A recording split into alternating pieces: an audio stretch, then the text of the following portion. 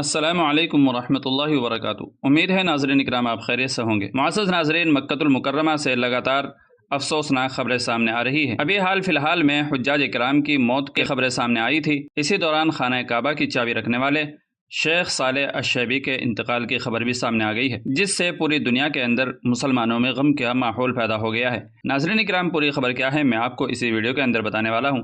معزز ناظرین، فتح مکہ کے بعد نبی اکرم صلی اللہ علیہ وسلم نے کعبہ کے متولی جلیل القدر صحابی شیبہ ابن عثمان ابن ابی طلحہ کو یہ چابی دی تھی، جس کے بعد سے آج تک یہ چابی اسی خاندان یعنی آل شیبہ کے پاس ہے۔ خانہ کعبہ کے کلید بردار شیخ ڈاکٹر صالح الشیبی 79 سال کی عمر میں انتقال کر گئے۔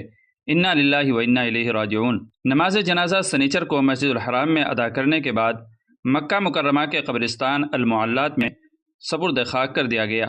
وہ 44 سال سے اس منصب پر فائز تھے۔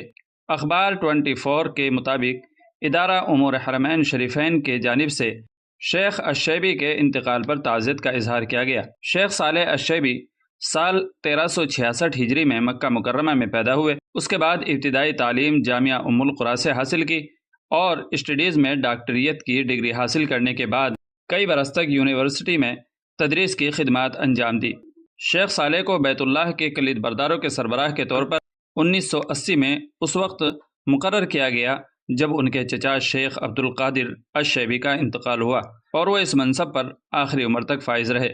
الشیبی کے پاس خانہ کعبہ کے دروازے کی کلید ہوتی ہے۔ وہ غسل کے وقت دروازے کو کھولتے تھے۔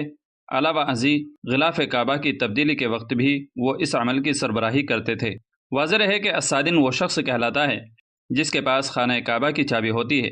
کلید کعبہ 35 سینٹی میٹر لمبی ہوتی ہے، جو فولاد سے بنی ہوئی ہوتی ہے۔ فتح مکہ کے بعد نبی اکرم صلی اللہ علیہ وسلم نے کعبے کے متولی جلیل القدر صحابی شیبہ ابن عثمان ابن ابی طلحہ کو دی، جس کے بعد سے آج تک یہ چابی اسی خاندان یعنی آل شیبہ کے پاس رہی ہے۔ تو ناظرین اکرام، اس خبر سے متعلق آپ کی کیا رائے ہے؟ کمنٹ کر کے ہمیں ضرور بتائیے گا۔ ویڈیو اچھی لگی ہو تو لائک اور شیئر کر دیجیے گا، اور چینل پر پہلی بار آئے ہوں تو سبسکرائب بھی کر لیجیے گا۔